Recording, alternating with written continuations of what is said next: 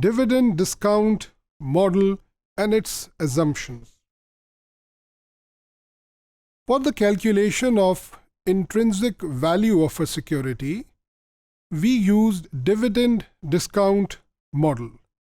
This dividend discount model, as the name suggests, is related to calculating the discounted value or the present values, as we discussed in the time value of money, of the future dividends that will be generated by an equity security. Although the term dividend discount model seems to be applicable only to equity securities, but we can also use it for bonds where we do not have dividend but interest. The term dividends simply means the distributed profit. जब एक company profit distribute करती है तो वो profit dividend कहलाता है. Discounted dividend simply means के वो डिविडेंड जो हमें 1 साल 2 3 4 साल बाद मिलेगा, अगर हम उसकी आज प्रेजेंट वैल्यू कैलकुलेट करें, then what will be that value, and that is called the discounted value of dividends. An intrinsic value is actually based on these discounted amounts of dividend, and that is why it is called dividend discount model. हम पढ़ चुके हैं time value of money में कि present value निकालने के लिए हमारे पास एक डिस्काउंटिंग रेट होना चाहिए. So what is the discounting rate that should be used to calculate these present values? क्योंकि जब हम present value calculation की बात करते हैं तो किसी भी रेट को इस्तेमाल करके present value calculate की जा सकती है.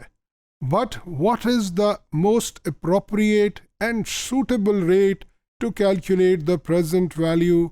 That is what is called the required rate of return.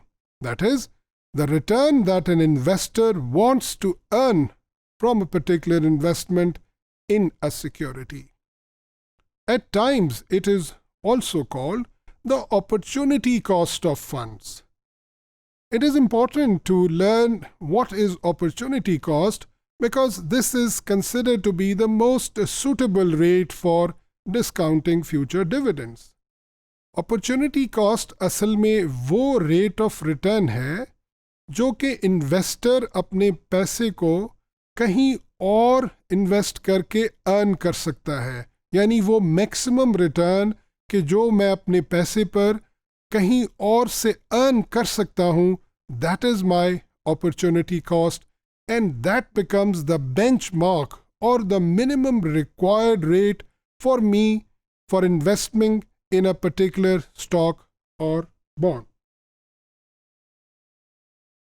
There are certain assumptions of these dividend discount models which we need to remember while applying these models. The first one is that external factors are constant. Yes, it seems to be a very unrealistic assumption, but while applying these dividend discount models, this is what we assume, that the external, political, economic, social, and other factors remains constant. The second thing that we assume is that the earning power of the company remains constant. That is, the company has a particular set of revenue and cost and profit ratio, and we assume that this remains the same.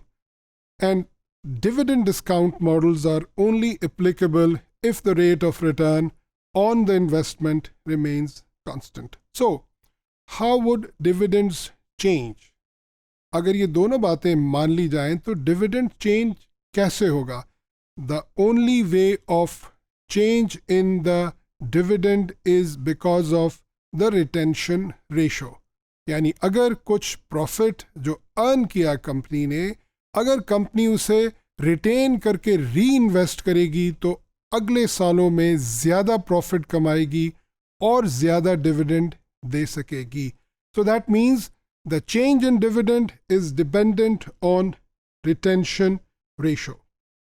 और अगर तमाम profit distribute कर दिया जाए then there'll be no change in the dividend, because whatever is the first year's dividend will always be the same, considering the assumption that we have just talked about. Another assumption is that all these organizations whose securities are valued are going concern, and they're not likely to go into winding up or liquidation. And finally, we also have the assumption that if there is a growth in dividends, which we'll talk about in detail in our later modules, that the required rate or the opportunity cost of funds of an investor is always greater than the growth rate of the dividend in a particular case of equity and also in case of bonds.